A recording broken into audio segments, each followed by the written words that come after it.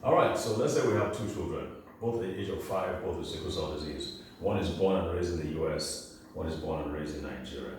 The one who was born in the US has certain advantages that he has access to. For instance, hospitals are available, insurance is available, so they can run all the tests, have access to the hematologist, the experts who will take care of his blood disorder, which is what sickle cell disease is. And so they'll be monitoring, they'll be checking, they'll be giving him the right immunization, the right drugs at the right time, the right vaccines at the right time.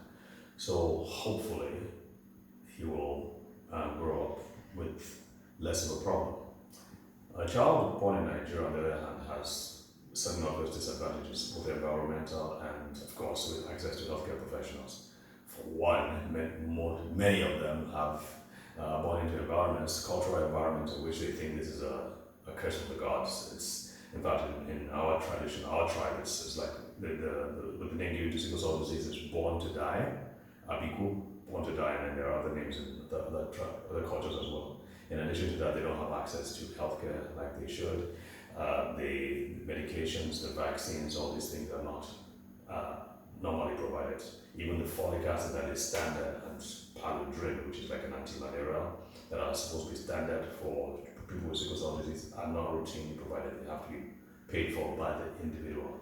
Of course, that becomes worse if you're living in the villages or in remote areas where you don't have access to these things. So this kid is pretty much on his own. So on this area, on this side, these kids born in Nigeria are at a disadvantage. However, if parents have access to a center like, well, the Brain and Body Foundation, for instance, I'm not saying that's going to be the only center, but there's no reason to believe it is. If they have access to the Brain and Body Foundation, things will be radically different. For instance, well, in this area, this part, the healthcare professionals will focus on what I call managing around the weakness. The child has a weakness, so they just try to make amends and just minimize everything, like minimize infections, minimize activity, minimize exposure to all kinds of elements.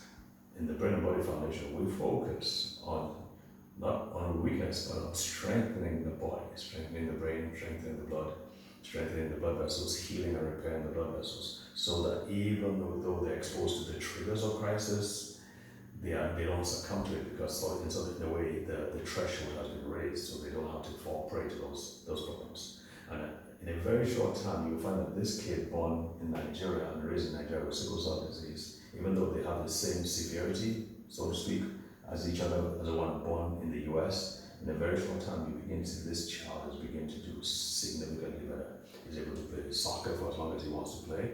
He's able to ride his bicycle like his peers. He's able to pick up big fights and survive. I'm not saying they should, but basically in our opinion, a child with sickle cell disease should be able to live a normal life. And we have proven that over and over again. So if you have any questions, please contact us and we will be glad to help.